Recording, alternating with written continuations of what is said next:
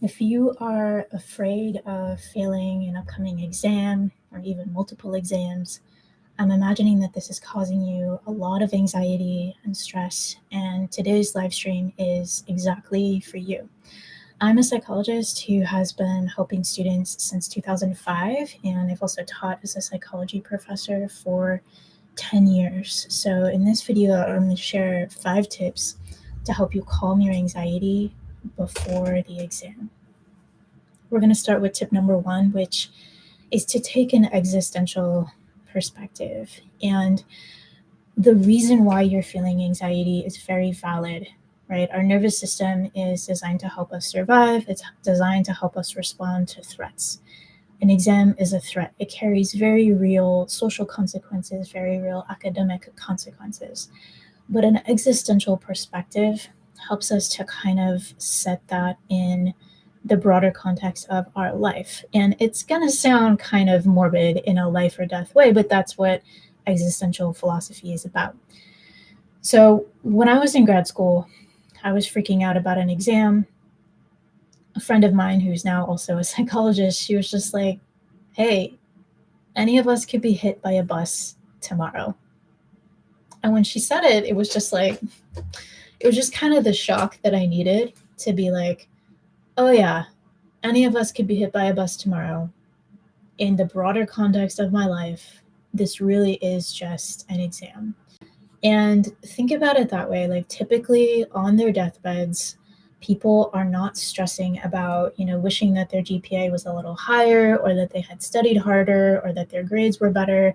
They're usually thinking about people, they're thinking about relationships, they're reflecting on deeper spiritual matters like maybe even regrets that they had or meaning or purpose.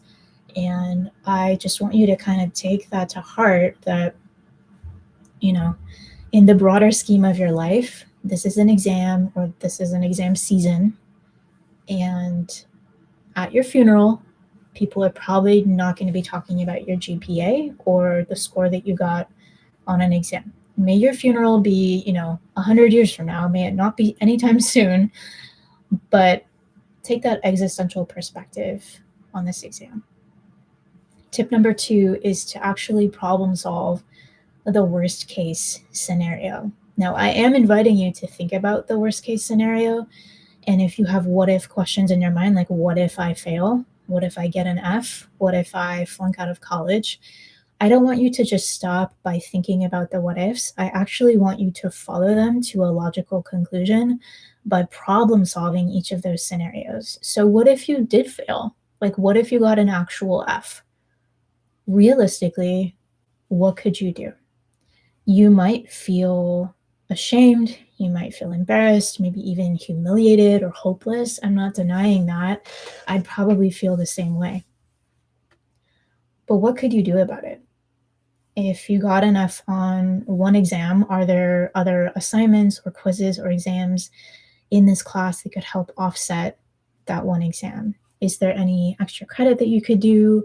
Could you take a step back and try to learn some new study strategies? Could you seek out tutoring? If you have a professor or TA that you can talk to that's approachable, could you talk to them about options or ask them for ideas about how you can study differently?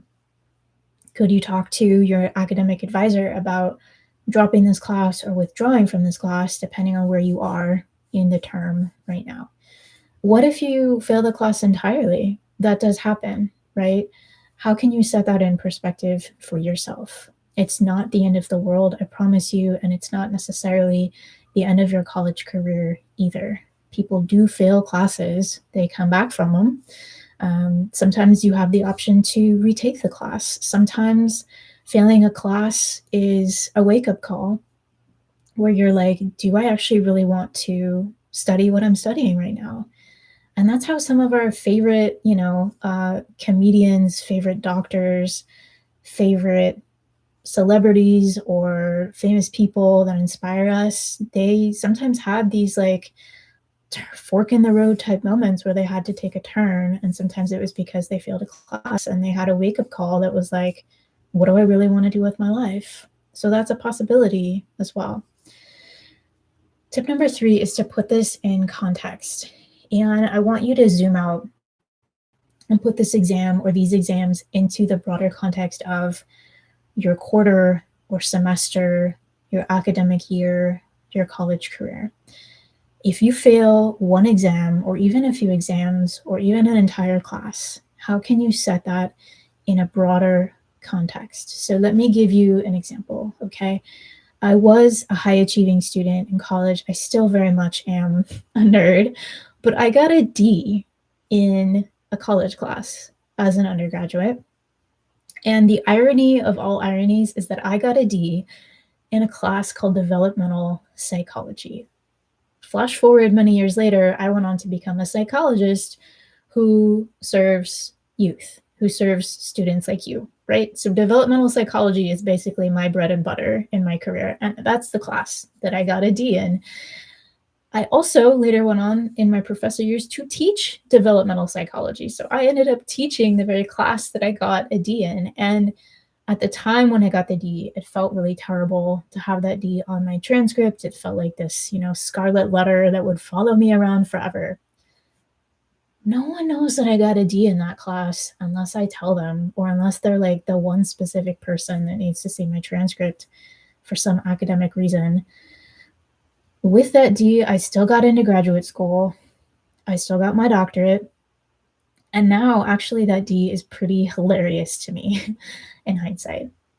And if you're thinking about this, like, what if I fail an exam and how is that going to affect my future prospects in terms of getting a job or in terms of going to grad school? I've been a supervisor, and as I said, I've been a professor. Jobs and grad schools are looking for people who are teachable, not people who are perfect. So do you need a basic level of achievement? Is there a cutoff in terms of who they're going to consider for a job or for grad school? Sometimes, yes, that's the reality, right? Sometimes you can just get a job through who you know and your GPA doesn't matter, but other times your GPA can be a foot in the door. But jobs and schools are looking for people who are teachable. They're not looking for people who are perfect. People who are perfect are boring.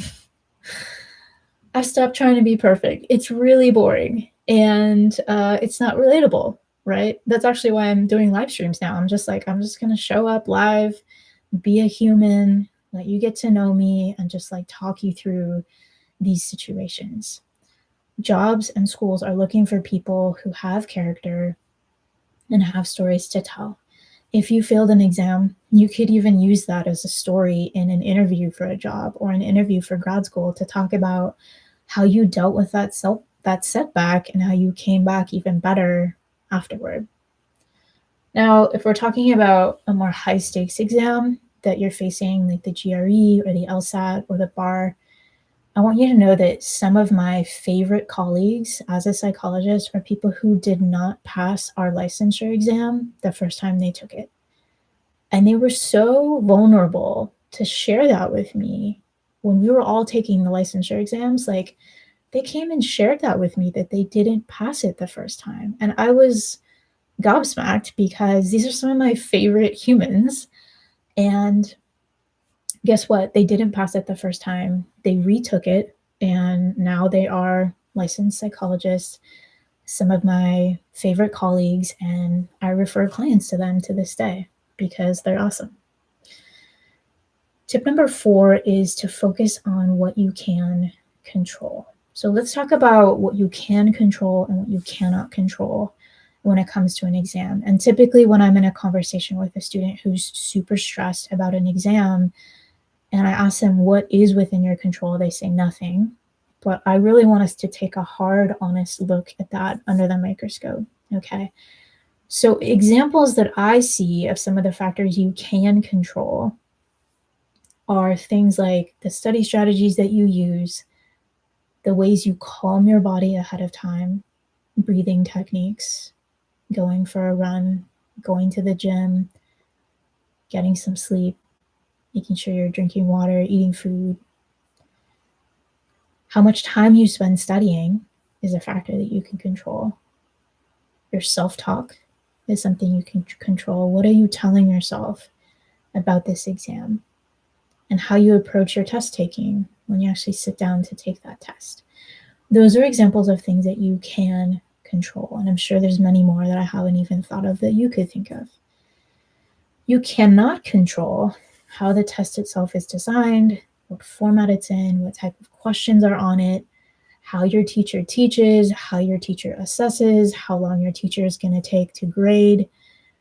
The more time and energy you expend on the things that you cannot control, the more you are just wasting time and energy. You're just hemorrhaging time and energy that you're not going to get back.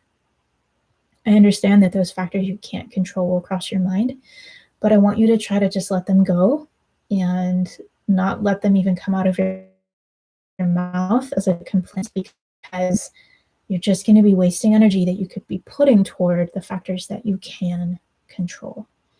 So you cannot control the outcome of what your grade will be. You can control your process of studying. You can pay attention to your progress throughout your years of college, the skills you're learning, how you're growing as a person. You cannot control the outcome. You can focus on your process.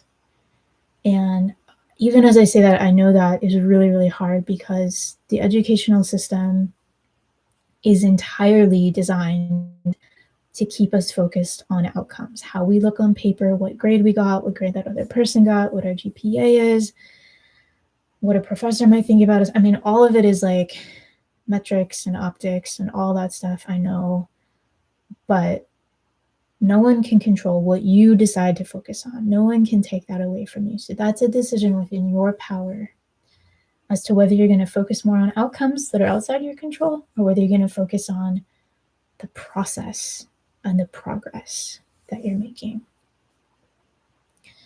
So my last and final tip for you, number 5 here, is to feel the fear and do it anyway. Feeling the fear and doing it anyway is the very definition of courage. And in taking this exam, you are embodying courage itself. If this situation is pushing you outside your comfort zone in a way that is really uncomfortable, that discomfort is actually a sign of growth. And I also promise you that this is going to be over soon. This too shall pass. This is not going to last forever. An exam or multiple exams, no matter how high stakes they are going to be over at some point. And that's good news. Okay. I want to end this video by saying, if you're stressed and you're needing help, please know that I host an online community of college students who are supporting each other through stress and anxiety.